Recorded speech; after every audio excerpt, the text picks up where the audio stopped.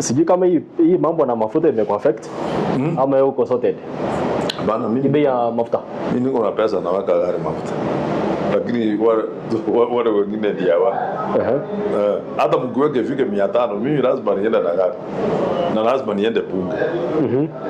But it's affecting the common person. Unajua nani waje alikwambia hii maneno ya mafuta.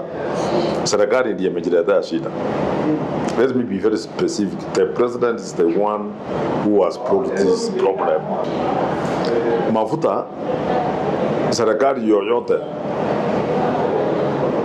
East Africa and Africa hawana say vile mafuta inauzwa. They don't have a say. But unakumbuka wakati William Ruto alikuwa deputy president, tukifanya campaign ya 2022. Yeah. Kumbuka alikuwa anasimama anasema nini? Vita ya Ukraine.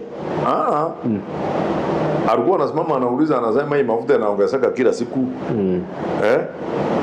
Not that he didn't know that the government of Kenya that time, which was led by Uhuru Kenyatta, that they are the people walikuwa wanaongeza. Si ati alikuwa anajua, alikuwa anajua. Lakini akasingizia yeye akiambia watu ya kwamba hii mafuta ni serikali inaongeza. Serikali inaongeza. He made people believe so. Na akaweza akasema mimi nikikuwa president ya Kenya mafuta itafanya nini? Itashuka. Itashuka. Na ameshukisha na 10 bob. So si ameshukisha. So tukaendelea namna hiyo, watu wakaona Uhuru Kenyatta na serikali yake ni mtu mbaya. Yule mtu atatusaidia ni huyo Asela. William Ruto. So William Ruto amekuwa president. Kwa bahati nzuri zaidi amekaa kidogo ikakuwa tena maneno ya mafuta yameanza kustabilize, mabei yameanza kurudi chini. What did he do? Alienda in functions ya kada akaambia watu hii watu wakuwa wanajua mafuta nimerudisha chini, yeye ndiye alisema amerudisha chini. So Wakenya wakajua mafuta president anafanya nini? Ana control bei. Ana control bei, anarudisha chini. Sasa vita ndio hiyo imeanza, hata wakati kulikuwa na vita mafuta yameenda juu. Na mimi barasi kama urudisha chini siku ile bonus saa hii unapeleka juu. If people were genuine angeenda aseme mafuta si mimi nimerudisha. And he was with the people will not be asking questions. These questions people are asking, and you know now what your position, they are taking advantage. Wanajua si William amepeleka juu. They are also taking advantage. They will took advantage that time. Lakini pia William Chako na kwa sababu alisema tutaipunguza VAT na akakuja bunge na mkapunguza VAT. You know what happens? VAT was sisi ndio iliwekwa VAT that time. Hiyo inaitwa subsidy. You know the VAT we are talking about in subsidy. So the government anaongeza kama saa hii kwa hii peka yake wamefanya subsidy 80 shillings. It has paid around 65 billion. You know that's a lot of money. We are going to miss some development because of this 65 billion, which we has been now transferred to go and cater, to go and shield the 80% to kurudisha chini. So essentially what I'm saying is that hakuna maendeleo yatafanywa sasa na serikali ya present government because 65 billion is a lot of money. So and you could see World Bank is insisting, wanasema it's wrong, ni hawataki serikali irudishe hiyo VAT chini. So you can see is a problem. You know what wanafikiria ni shida ya serikali, lakini itakuwa ni shida ya Wakenya.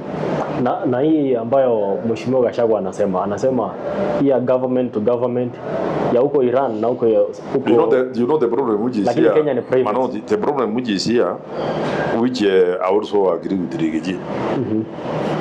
Chi to chi. Either government to this government. But who is this government in Kenya? Unajua ndio swali tu. Watu wanasema Kenya inafaa ikuwe Kenya Pipeline. We have National Oil Corporation, NOC, which is supposed to deal with hii maneno ya mafuta. Then we could be told government to government, but let's have NOC on the system so that NOC can be able. But you know the problem which is here, chi to chi is not the problem. The problem is chi to chi, but from the Kenyan government, who is this chi? Hiyo ndio shida. Wanasema ni Kasongo. No, na watu yake. Mimi sijui, lakini people are saying those companies which are called G from Kenya, they have some they're just proxies, but there are people in the government who own this G. So hii watu ndio naona mafuta ikiongezwa ukienda juu they wanaenda wanaongeza pesa ya hapo. Lakini tepade ninaenda kwa mwananchi ya kawaida. Nyinyi kama wabunge mnafanya nini? Because mambo imereiziwa. IG hatujui G ni nani. Nyinyi kama legislatures mtafanya nini ama mambo na oversight? Wewe nani waje nikuulize? Wakati President William Ruto alitoa VAT ya 80%, alitoa akikuwa wapi? Siko barabara. Alikuwa wapi? Alikuwa Nyanza. Akasema ametoa. Ikaletwa kwa bunge. Kesho yake then I was not even there. Because I had traveled. Wakaenda wakapitisha. Of course you always kukataa kama ningekuwa tungekataa, lakini what I'm saying is this, unajua shida ya Kenya saa hii, Wakenya wanafikiria ati wabunge ndio kila kitu. Lakini sometimes it doesn't go that way. Lakini mheshimiwa, si mko na a lot of say. Nyinyi ndio mnatengeneza budget and everything. We have. And if we were doing the right things as members of parliament, we could be standing and saying some of these things is fine. Remember, there is Article 223 of the Constitution which allows the executive to spend the money, but it is not exceeding 10% without authority from parliament. They can spend, and you bring now to parliament to regularize. And remember, it's supposed to be like that when even the parliament is not on. Like now we are going on a recess from I think 30th to 26th of next month. This is what I'm saying. That article is being misused.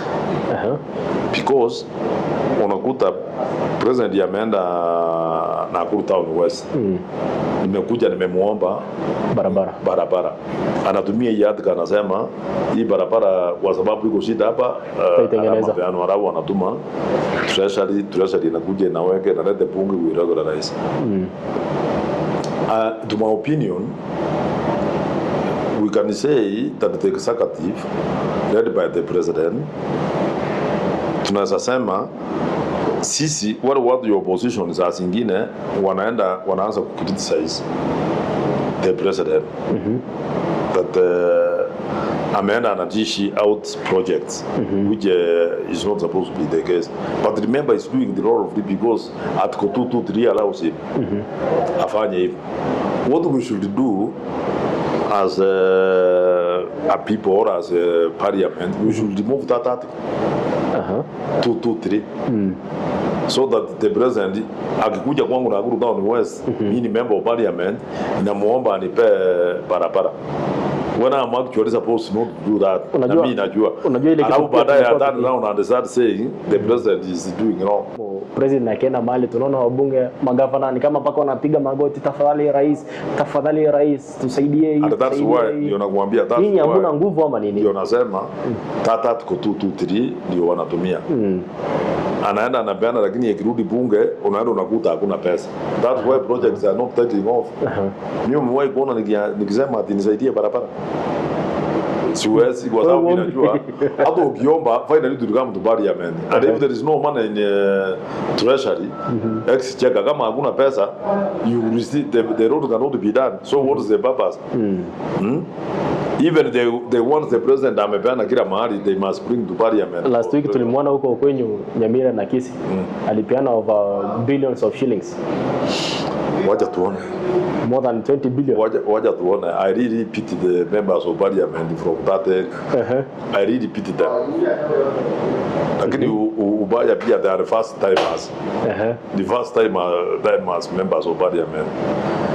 What the president was giving them, let's wait. We took up, we are in this space. Treasury, and it is even going to be more worse. That as the president was dishing out the projects across Kisii and Nyamira, mafuta yalikuwa yameongezeka so that you were the subsidy 65 billion. Hii 65 billion unajua itatoka treasury.